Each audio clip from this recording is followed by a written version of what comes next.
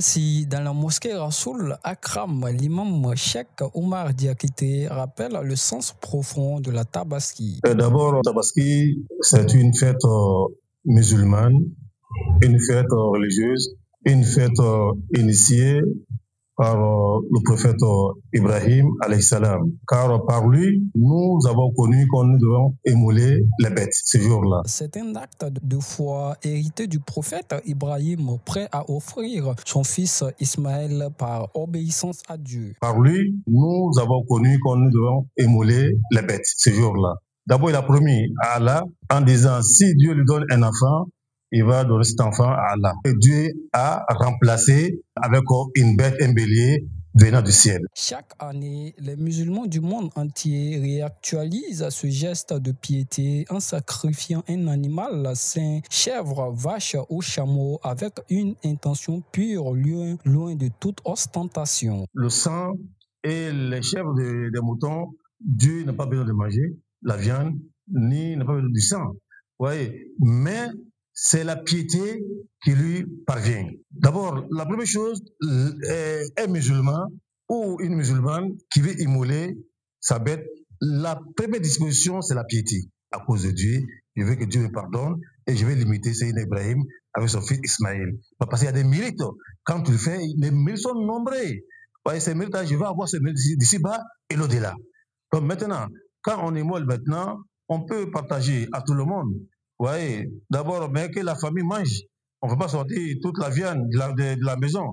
La Tabaski se célèbre le 10e jour du mois sacré des Zul Hijja dans la continuité spirituelle du Ramadan. On va dire que si la fête coïncide au vendredi, l'imam qui va célébrer comme le jour de la fête, la prière du vendredi, et il ne doit pas célébrer aussi, ou il ne doit pas diriger la fête Tabaski. Le matin, on doit prier. Et aussi, on doit payer, dire que c'est pas recommandé, non. Ce sont archi faux. Oui, le vendredi, c'est la fête hebdomadaire pour les musulmans. C'est une fête qu'on doit vraiment la fêter chaque fois, dans toute l'année. Chaque vendredi est une fête pour la communauté musulmane. On doit bien s'habiller, bien manger, être heureux et bien prier. La fête réelle, c'est la prière. Parce que toute prière, ce jour-là, c'est exaucé par Allah, le Tout-Puissant. Donc, un imam peut célébrer la prière de la fête du Tabaski. Au pays, il n'y a pas de convénient qui célèbre aussi la prière du Juma aussi. Ce que l'islam valorise, c'est l'humilité, la fraternité et l'amour du prochain. La prière du Tabaski, c'est 2 rakats, comme la prière du Fajr. Bon, en Bénin aussi, il n'y a pas nafila, elle est sunna. Ouais. Donc la prière du Tabaski n'est pas obligatoire. Ça, il faut le connaître d'abord. Donc, dans ce cas, on doit faire c'est une prière surrogatoire. On doit faire une prière surrogatoire, en même temps, faire aussi une prière surrogatoire à la suite. Vous voyez, surtout le jour de la fête. Donc, c'est 2 rakats.